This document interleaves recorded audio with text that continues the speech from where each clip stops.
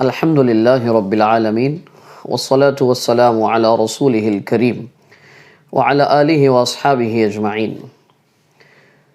محترم بزرگوں، نوجوان ساتھیوں، پردے نشین ماؤں اور بہنوں اور پیارے بچوں، ہمارے گھر اللہ کی رحمت سے محروم کیوں؟ یہ اس سلسلے کا یہ پہلا درس اور پہلا ویڈیو ہے جس میں ہم انشاءاللہ اس بات کی کوشش کریں گے کہ ہم معلوم کریں وہ اسباب کیا ہیں کہ جن کی وجہ سے ہمارے گھر اللہ کی رحمت سے محروم ہیں۔ سب سے پہلی چیز صحیح بخاری کی روایت ہے، حضرت عائشہ رضی اللہ عنہا روایت کرتی ہیں کہ ایک مرتبہ میں نے نبی کریم صلی اللہ علیہ وسلم کے لیے ایک تکیہ بنایا، یعنی ٹیک لگا کے بیٹھنے کے لیے۔ تو اس پہ کچھ تصویر تھی، کان، ناک، آنکھ وغیرہ بنے ہوئے تھے، اور مختلف بہت ساری تصویروں کے ذریعے سے ایک ڈیزائن اور ایک نقشہ بنا ہوا تھا، نقشی بنی ہوئی تھی۔ اللہ کے نبی صلی اللہ علیہ وسلم دروازے سے گھر میں تشریف لائے، تو گھر پہ جیسے ہی آپ دروازے پہ پہنچے تو دیکھا کہ وہاں پہ جو ہے تکیہ رکھا ہوا ہے، اور تکیے پہ اس طرح کا ڈیزائن بنا ہوا ہے، اور وہ ڈیزائن میں جو ہے فوٹوز ہے، تصویریں ہیں، کان، ناک، آنکھ وغیرہ بنے ہوئے جاندار کی تصویریں ہیں۔ تو آپ کے چہرے کا رنگ تبدیل ہو گیا، بدل گیا۔ حضرت عائشہ نے دیکھا کہ اللہ کے نبی صلی اللہ علیہ وسلم کا چہرہ بدل گیا ہے۔ فوراً حضرت عائشہ نے فرمایا کہ اللہ کے نبی صلی اللہ علیہ وسلم، کیا بات ہے کہ آپ کا چہرہ بدل گیا؟ ہم سے جو غلطی ہو گئی ہے تو آپ بتائیں ہمیں، وہ ہم اصلاح کر لیں گے۔ تو اللہ کے نبی صلی اللہ علیہ وسلم نے فرمایا یہ کیا ہے؟ یہ تو کہا کہ یہ تکیہ ہے۔ تو یہ تکیہ جو ہے، جس پر تم نے تکیہ مجھے بنایا ہے، اس پر یہ جو نقش و نگار بنا ہوا ہے، اس میں فوٹوز ہیں، تصویریں ہیں، اس میں کان، ناک، آنکھ وغیرہ جو ہے صورتیں بنی ہوئی ہے، اور جس گھر میں تصویر ہو اس میں رحمت کے فرشتے داخل نہیں ہوتے۔ یہ حدیث۔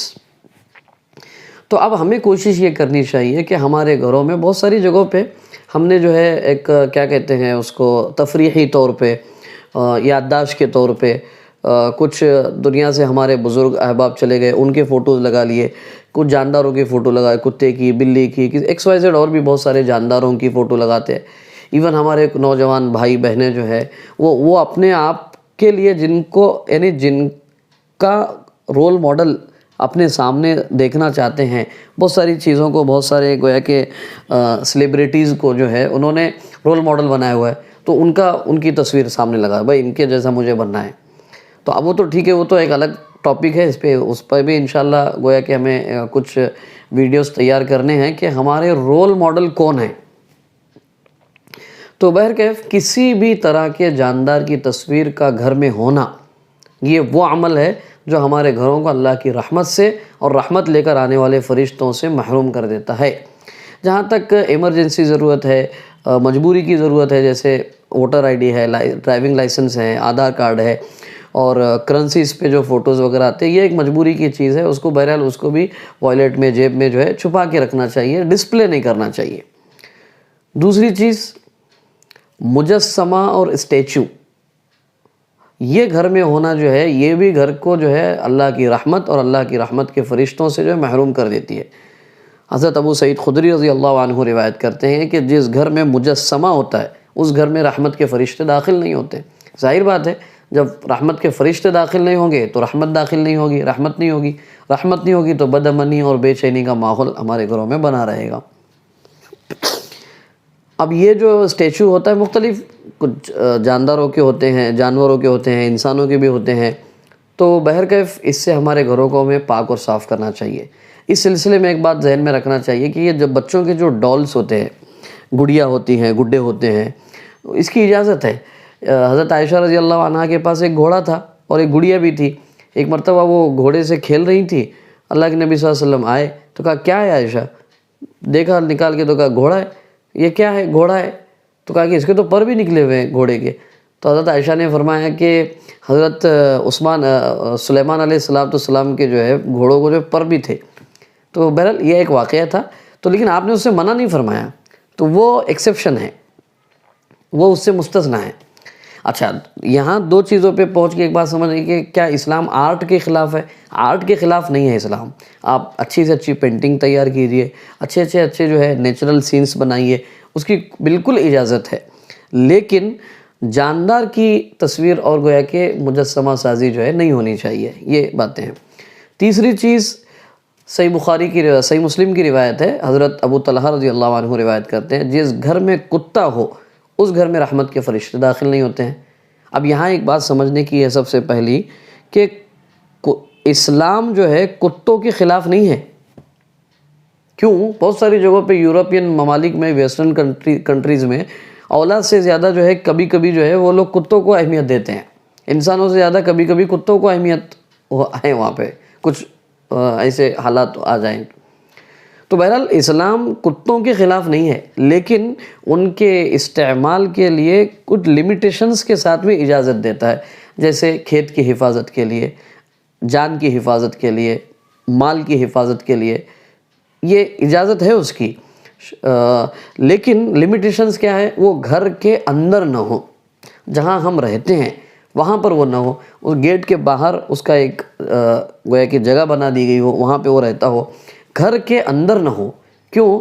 حضرت جبرائیل علیہ السلام کے بارے میں یعنی روایت میں آتا ہے کہ 3 دن تک رسول اللہ صلی اللہ علیہ وسلم کے گھر میں حضرت جبرائیل علیہ السلام داخل نہیں ہوئے۔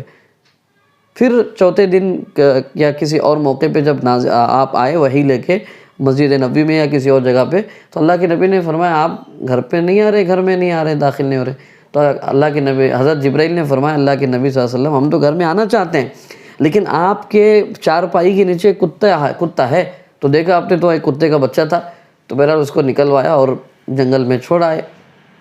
تو یہاں 2 باتیں ہیں، ایک تو کتے کی وجہ سے حضرت جبرائیل علیہ السلام آئے نہیں، یعنی رحمت کے فرشتے نہیں آئے۔ دوسری چیز، اللہ کے نبی صلی اللہ علیہ وسلم نے اس کتے کو مارا نہیں، اس کی ٹانگ نہیں توڑی، اس کو جان سے نہیں مار دیا، بلکہ اس کو نکالا اور اس کو یہ کر دیا۔ بالکل وہ نجس ہے، ناپاک ہے، یہ اپنی جگہ پر ہے، لیکن وہ اللہ کی مخلوق ہے۔ صرف ہم جہاں کتے کو دیکھیں اس کو مارنے لگ جائیں، اس کو ظلم کرنے لگ جائیں، اس کی اجازت نہیں ہے شریعت میں۔ وہ اللہ کی مخلوق ہے، اس کو اللہ نے جس پرپز میں پیدا کیا ہے وہ اپنے پرپز میں لگے ہوئے، وہ اپنے کام میں لگے ہوئے ہیں۔ لیکن جہاں تک ہم کو اپنے طور پہ استعمال کرنے کی بات ہے، اس سلسلے میں ہدایت اور رہنمائی ہے کہ گھر میں نہ ہو، ساتھ میں نہ ہو، بیڈ پر نہ ہو، تو رحمت کے فرشتے داخل نہیں ہوں گے۔ اچھا، بلیوں کا معاملہ الگ ہے، بلی کا تو استعمال کی بالکل اجازت ہے، آپ پال سکتے ہیں۔ خود ابو ہریرہ رضی اللہ عنہ کی کنیت ہی یہ ہے، کیا کہتے ہیں، بلی کے بچے کے ابا، ان کا نام عبد الرحمن ہے۔ لیکن بلی سے اتنی محبت تھی کہ جب کبھی اللہ کے نبی صلی اللہ علیہ وسلم کی مجلس میں آتے تو بلی کے بچے کو لے کے آتے، کبھی کبھی آپ آستین میں ڈال کے لے کے آ جاتے۔ تو اللہ کے نبی نے فرمایا انت ابو ہریرہ، تم جو ہے بلی کے بچے کے ابا ہو۔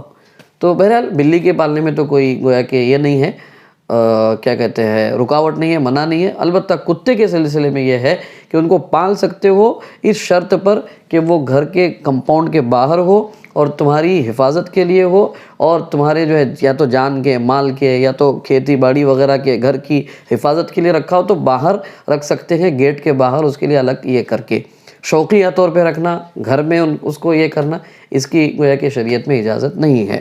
بہرحال کہنے کا مطلب یہ ہے کہ یہ پروٹوکولز ہے ہمارے گھروں میں اللہ کی رحمت کے آنے اور اللہ کی رحمت کے فرشتوں کو انوائٹ کرنے کے، یہ جو پروٹوکولز ہیں ان کو ہم لوگ اگر فالو کریں گے، ان پر اگر ان سے ہم اپنے گھروں کو محفوظ رکھیں گے تو انشاءاللہ رحمت بھی داخل ہوگی، رحمت کے فرشتے داخل ہوں گے۔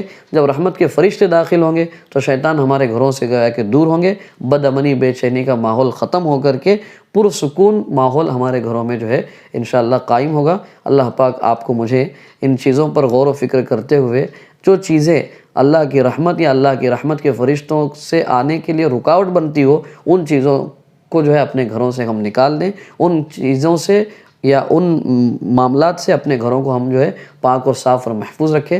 اللہ پاک جب تک زندہ رکھے، ایمان اسلام پر زندہ رکھے، خاتمہ ایمان اسلام کے ساتھ فرمائے۔ وآخر دعوانا ان الحمد للہ رب العالمین۔